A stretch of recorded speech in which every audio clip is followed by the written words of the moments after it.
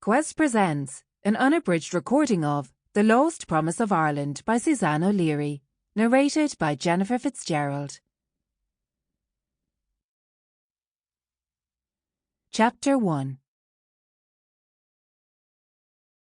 The ad popped up while Maggie was scrolling down on her Facebook page on her laptop. She was just idly looking for news and photos of her friends and acquaintances while chewing on a piece of toast. It was a wet spring morning, and she was sitting at the kitchen table about to leave for her job as a PE teacher at a girls' school in Dublin, but was, as usual, lingering over her breakfast in her Facebook newsfeed to distract her from the dreary weather and the prospect of a long trip on a crowded bus. She'd been laughing at funny memes and scrolling almost absent-mindedly when she saw it. It was a photo of a row of houses perched on a steep incline with stunning sea views.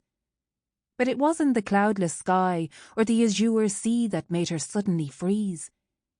It was the houses and the surrounding landscape.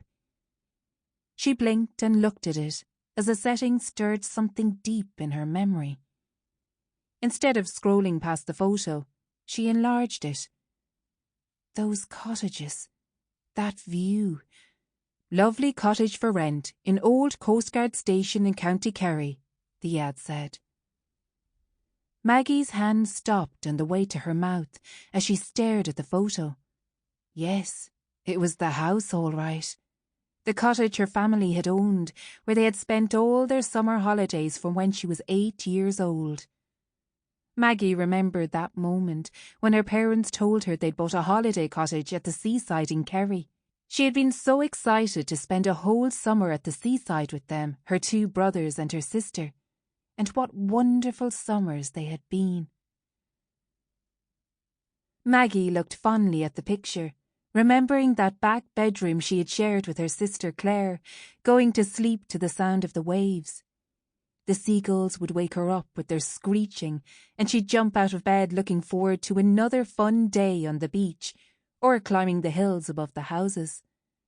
And that gorgeous village, with its tangle of colourful cottages and Victorian houses. The little shops, the ice cream bought in the newsagents at the end of the main street. Images went through Maggie's mind like a kaleidoscope of the sky, the endless ocean, the beach balls and inflatable toys hanging outside the shop, her father carrying a bright green crocodile for them to ride on in the waves, collecting shells and sticking them onto matchboxes. Sausage. Sample complete. Ready to continue?